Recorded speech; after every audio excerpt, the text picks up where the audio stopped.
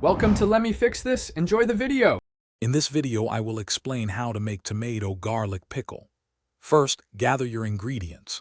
You'll need about 2 pounds of ripe tomatoes, 1/4 cup of peeled and minced garlic, and a selection of spices like red chili powder, turmeric, and mustard seeds.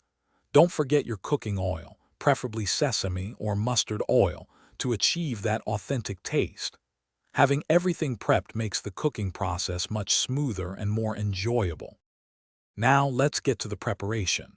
Start by thoroughly washing and chopping your tomatoes into small, uniform pieces. This helps them cook evenly and absorb the spices better. Next, finely mince your garlic. This ensures its pungent flavor is well distributed throughout the pickle. Heat about 3 tablespoons of oil in a pan over medium heat, then add mustard seeds and let them splutter.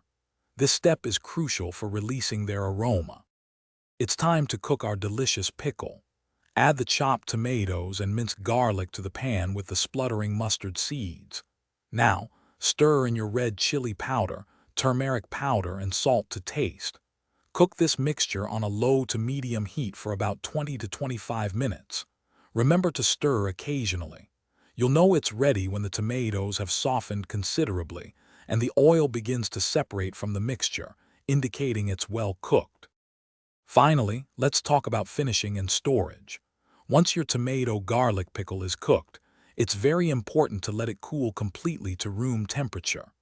This prevents condensation and helps preserve its quality. Carefully transfer the cooled pickle into clean, sterilized glass jars, ensuring they are airtight. Storing your pickle in a cool, dry place will allow you to enjoy its wonderful flavors for several weeks.